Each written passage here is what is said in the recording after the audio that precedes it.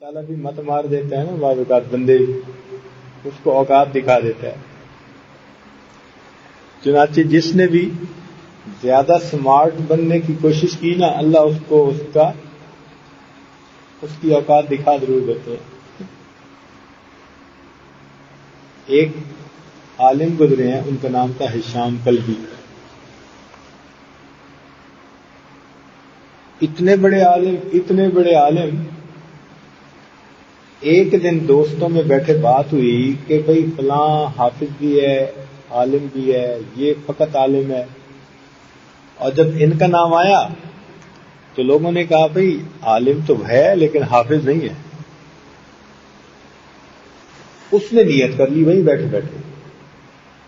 مفتی تقی عثمانی دامت برکاتہم لکھتے ہیں اپنی کتاب تراشے میں کہ اس نے وہیں بیٹھے بیٹھے قرآن یاد کرنے کی نیت کر لی اور 3 دن کے اندر اس نے قرآن پاک یاد کر لیا.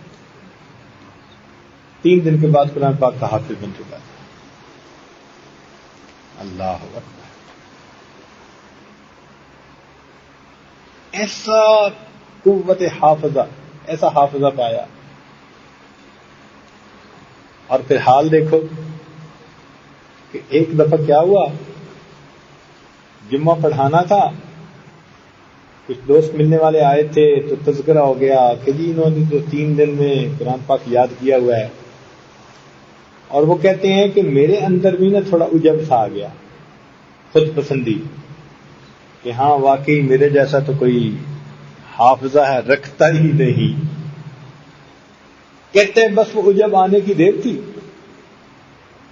میں نے ان مہمانوں کو رخصت کیا اور میں اندر کمرے میں آیا کہ میں نہاؤں، کپڑے بدلوں. کہنے لگا اس دوران میں نے سوچا میں اپنی لبیں کاٹ لوں، ناخن تراش لوں. تو روٹین کے مطابق میں نے اپنی لبیں کاٹی، ناخن تراشے. پھر میں نے کہا چلو داڑھی کے بال کچھ تراش لوں. تو وہ انہوں نے ایک مٹھی اپنی ریچھ رکھتے تھے، تو اس سے زیادہ جو ہے اس کو کاٹنے کی اجازت ہے شریعت میں. تو کہنے لگے کہ میں نے جو ہے نا آرام سے اپنا اس کو پورا کیا، ایک مشت کو کہ میں اسے کاٹتا ہوں. پتہ نہیں میرے دماغ کو کیا ہوا، جب کینچی اٹھائی تو نیچے سے کاٹنے کی جگہ سے کاٹ لیا.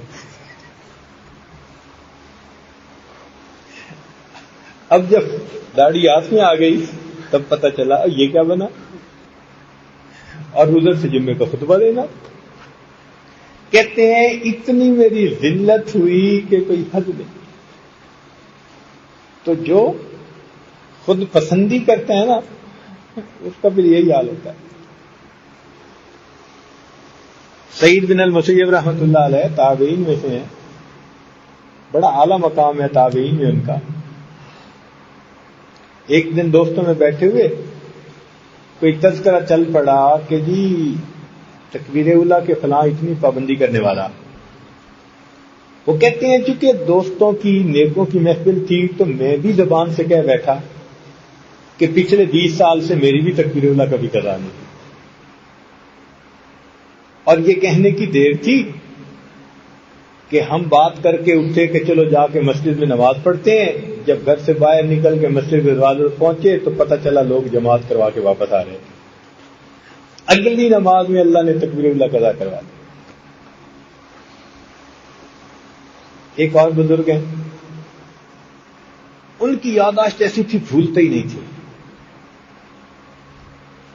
چنانچہ ایک مرتبہ ایسے ہی گفتگو کر رہے تھے دوستوں میں بیٹھے ہوئے، تو بار بار یہ تذکر آیا جی کہ یہ تو بڑی قوت یادداشت ہے، کبھی بھولتے ہی نہیں، کوئی بات بھولتے ہی نہیں.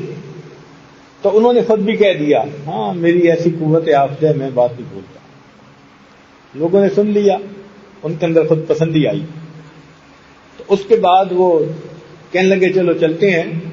تو غلام کو بلایا اور بلا کر کہنے لگے بھئی میرا جوتا لے کے آؤ.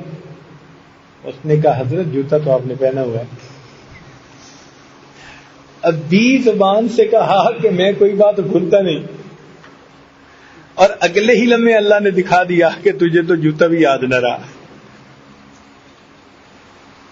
یہاں ہمارے لیے ایک سبق ہے کہ جب بھی کوئی بندہ خود پسندی اور عجب میں مبتلا ہوگا اللہ تعالیٰ اس کے عجب کو توڑیں گے.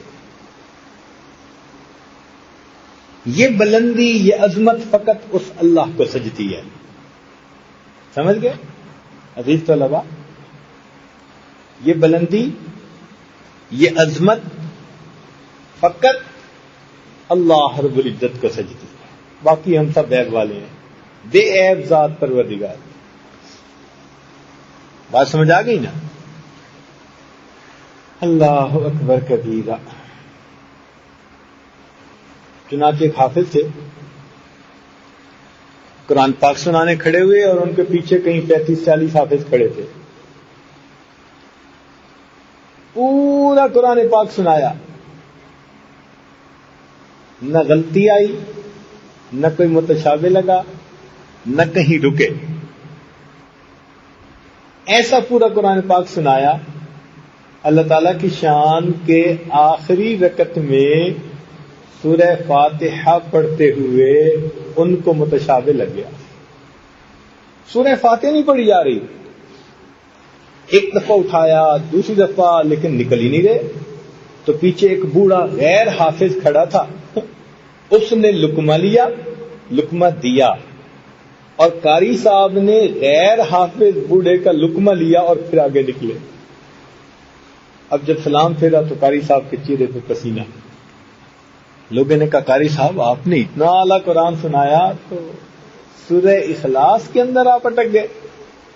کہنے لگے جب میں نے تبت یدا والی سورت پڑھ لی نا تو نماز کے اندر میرے دل میں ایک خیال آیا کہ میرے پیچھے 40 حافظ کھڑے ہیں، کوئی ایک بھی میری غلطی نہ نکال سکا.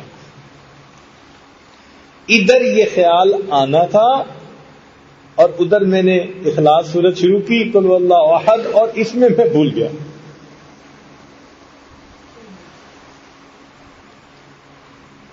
تو بات سمجھ رہے ہیں نا کہ جب بھی کسی نے میں ظاہر کرنے کی کوشش کی نا جی، گردن اٹھانے کی کوشش کی، اللہ اسی کی گردن جھکا دیتے. جو خود پسندی کا مرتکب ہوتا ہے اللہ اسی کے اندر سے عیب نکال کے دکھا دیتے. یہ عظمت فقط اس ایک اللہ رب العزت کو سجتی ہے. باقی ہم سب بندے ہیں عیبوں والے، کمیوں والے، کوتاہیوں والے. اللہ اکبر.